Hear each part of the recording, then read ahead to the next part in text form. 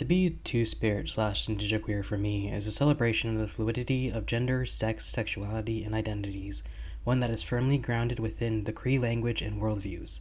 I think of myself like I think of my home, the strait that isn't straight, fluid as water. I come from a nation that has survived because of sex and sexuality, as post-contact nations that deploy sex ceremonially. My gender, sexuality, and my identity supersede Western categorizations of LGBTQ+, because two-spirit is a home callin'. It is a homecoming. I note that it may be easy from an outside vantage point to read two-spirit as a conflation of feminine and masculine spirits, and to easily, although wrongfully, categorize it as trans. I also note the appropriation of two-spirit genealogies by settler queerness to mark it as a reminder that Western conceptions of queerness have always lived due in part to the stealing of third, fourth, fifth, and fluid genders from many, although not all, indigenous worldviews. These were the words spoken by two-spirit author Joshua Whitehead when denying his nomination for the Lambda Literary Award in the trans poetry category. What Whitehead is saying is that he's not trans, he's two-spirit. But what does that mean? Isn't two-spirit just the native word for transgender? The actual coining and usage of the word have a complicated history that I will get into now. If you go on Wikipedia, it will say that two-spirit is, quote, a contemporary pan-Indian umbrella term used by some indigenous North Americans to describe Native people who fulfill a traditional third gender or other gender variant social role in their community. And that's actually a pretty decent definition. Two-spirit was coined in 1990 at the 3rd Annual Intertribal Native American First Nations Gay and Lesbian American Conference, noted to be used as 1, an English term, and 2, an umbrella term that covered all gender-variant identities recognized by Native American cultures. It's important to note that two-spirit isn't just a gender term, it also comes with community responsibilities. Historically, two-spirit people were also caretakers, mediators, healers, and spiritual leaders, because the term also often had religious and spiritual ties to it. It wasn't just being trans or gay. It was being a respected member of your community. In terms of what two-spirit is not, I find that people generalize two-spirit in 2 different ways. First is that two-spirit is when you have 2 spirits, a male and a female one. While this is true, it's only true in specific contexts. Only some native tribes see two-spirit people as having 2 souls. And while this is where we get the English term two-spirit from, remember that this was meant to be an umbrella term, and that different cultures have different meanings to what these words mean in their specific contexts. The other generalization I see people make, and have personal experience with, is that two-spirit is the native word for gay or trans or non-binary. Being two-spirit isn't necessarily about being gay or trans. Being two-spirit comes with, like I said before, communal and spiritual responsibilities. And it doesn't help when older anthropologists define two-spirits as gay men or men who have sex with other men and often leave out female-born two-spirit people. More recently, the term indigiqueer was created to differentiate between two-spirits and natives who happen to be queer but not two-spirit. There's also the fact that, like I said before, two-spirit was meant to be a stand-in English term. Many two-spirit people, myself included, prefer their culture-specific indigenous term, so in my case being Quechua, that term would be Kariwanmi over the term two-spirit. I would also like to briefly point out the term Branarch, which is a French term and often nowadays a derogatory term used to describe a Native American who acted like the opposite gender. And many older academic texts, especially in the anthropology and historical field, will use this term until the 90s, where the term two-spirit was coined and became the more appropriate word to describe people like this.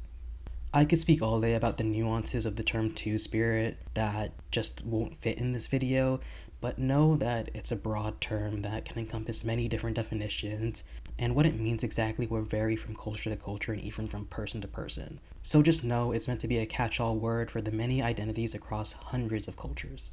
Two-spirit people, just like any other minority today, face a wide range of issues. They face violence at a higher rate than any other groups, including familial and domestic violence from romantic or sexual partners, hate-based crimes from people they may not even know, and systemic oppression, like in the job field.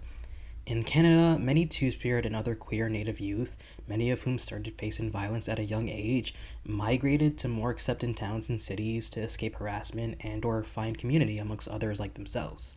Many Native activists also take the acronym MMIW, Murdered and Missing Indigenous Women, and extend it to MMIWG2S, Murdered and Missing Indigenous Women, Girls, and Two-Spirits, to recognize the high rates of violence, including murder, kidnapping, and hate-based crime that Indigenous women and Two-Spirit people face, especially trans, feminine Two-Spirit people. There's also a lot of intersectionality with Two-Spirit issues because most, if not all, Two-Spirit people are also some other form of a minority. Problems rampant in the queer community are also faced by Two-Spirit people, such as homophobia and transphobia, and the issues of AIDS and HIV.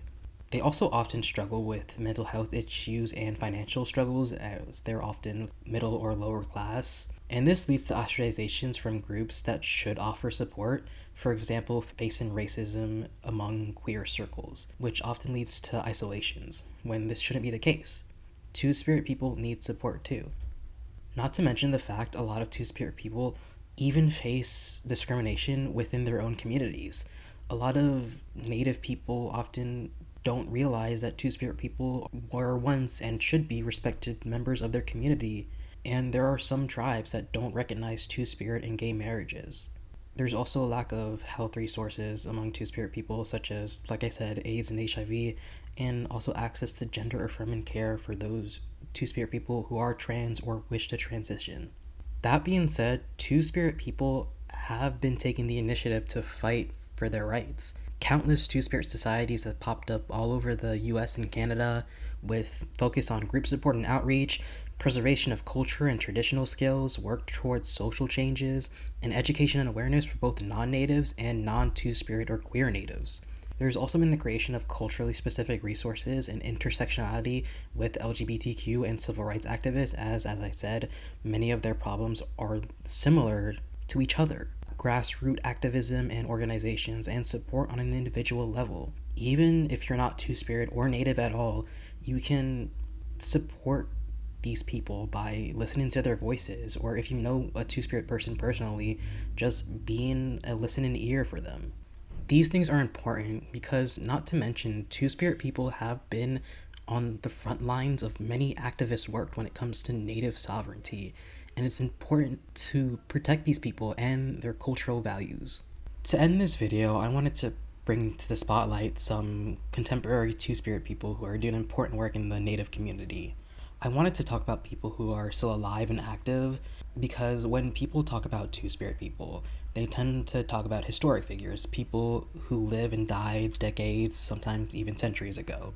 But it's important to bring to light the work that people are doing today that are still around because Two-Spirit people are not a thing of the past.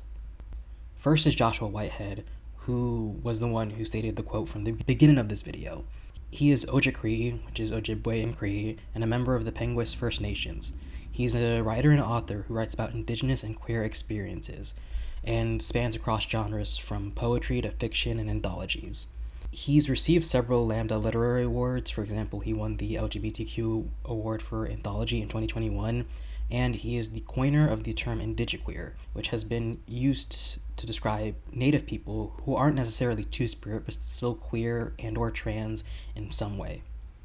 Next is Anais Azul, who is a Quechua performer based in California. They use music as a tool for community building, collective healing, and cross-genre collaboration. For example, they mix languages, mainly English, Spanish, and Quechua, in their music, as well as genres, with traditional Andean beats and pop music mashed together. And some of the things they write about are mental health, queerness, and finding their inner peace. And they recently released their EP, Simpashani, which is very good, and I recommend you checking it out. And lastly, there's Cleopatra Tatabelli, who is Taino.